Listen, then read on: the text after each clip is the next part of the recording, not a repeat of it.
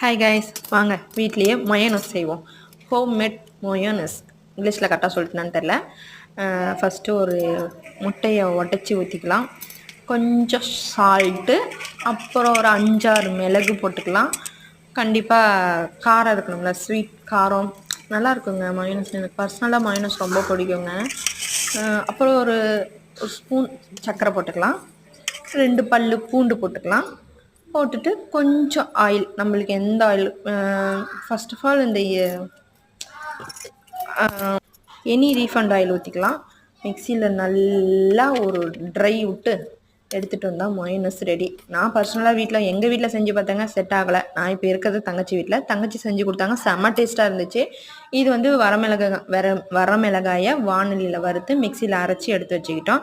ப்ரெட்டை எக்கில் முக்கி கல் மேலே போட்டு எடுத்து வச்சுக்கிட்டோம். குட்டீஸ்க்கு சாஸ், தக்காளி சாஸ் போட்டு அவளுக்கு ப்ரெட்டு கொடுத்தாச்சு. நமக்கு ப்ரெட் ரெடி ஆகணுமில்ல, வாங்க நம்மளோட ப்ரெட் ரெடி பண்ணிட்டு வருவோம். அதில் மயோனஸை போட்டு நல்லா ஸ்டவ் பண்ணி, அப்புறம் தக்காளி சாஸும் இருக்குங்க, மேலே பெப்பர், அந்த மிளகு, நம்ம மிளகாய் ரெடி பண்ணோம்ல, அதை தூவி சாப்பிட்டு பார்த்தா டேஸ்ட்டு சத்தியமாக சொல்கிறேங்க, அல்டிமேட்டுங்க. உண்மைக்குமே நம்ம கடையில் வாங்கி சாப்பிட்ற டேஸ்ட் அளவுக்கு தான் இருந்தது. ரொம்ப மோசம்லாம் சொல்ல முடியாது. நான் போனோன்னே தங்கச்சி கொடுத்துட்டேன். நான் டீ காஃபி தான் எப்பயுமே போனோன்னா கொடுப்பா. இன்றைக்கி ப்ரெட்டு கொடுத்தோன்னே செம்ம ஹாப்பி எனக்கு. வாங்களேன்.